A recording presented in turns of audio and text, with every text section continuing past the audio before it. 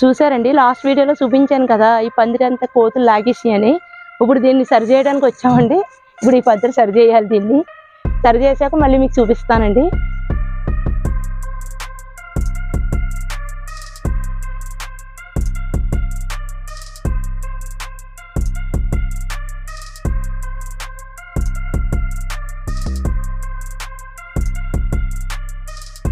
చూడండి, ఇగోండి కొబ్బరి డొక్కనార్ తాడే ఏదో అంటారు దీన్ని. దీంతోనే పందిరేస్తాం. ఇగోండి 2 సంవత్సరాలు అయింది. ఇప్పుడు వరకు బాగానే ఉంది. తాడైతే తెగలేదు, కాకపోతే కోతులు ఎక్కేసి కిందకి దింపేసి మొత్తం. తాడైతే తెగలేదు. దీన్ని అడ్జస్ట్మెంట్ చేద్దామని ఇగో ఈ ఉన్న తాడు తీసుకొచ్చి ఉన్న వాటికి కడుతున్నాం. అవి కూడా మా వారు వేస్తున్నారు పందిరి.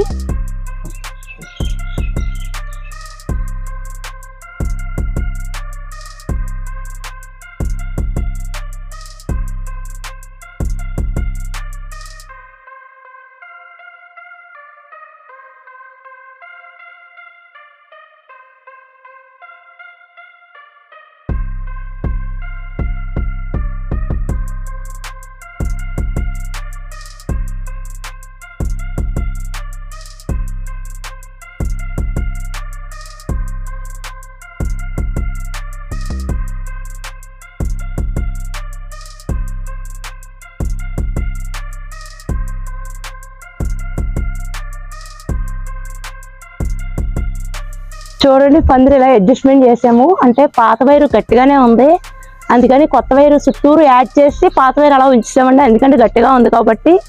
అది మొత్తం పూర్తిగా పోయాక అప్పుడు ఫుల్గా మళ్ళీ పందిరి వేసుకోవచ్చు కొత్త వైరు తోటి, కొత్త తాడుతోటి.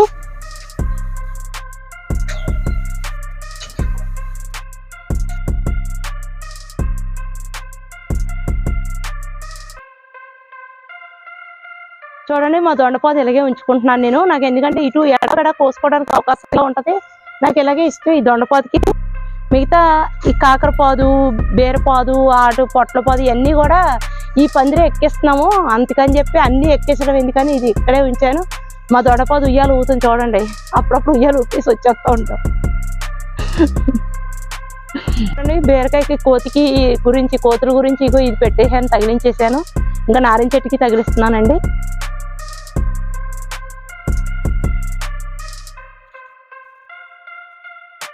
ఇలాంటి మరిన్ని వీడియోల కోసం నా ఛానల్ని ఇప్పుడే సబ్స్క్రైబ్ చేసుకోండి. Thank you for watching.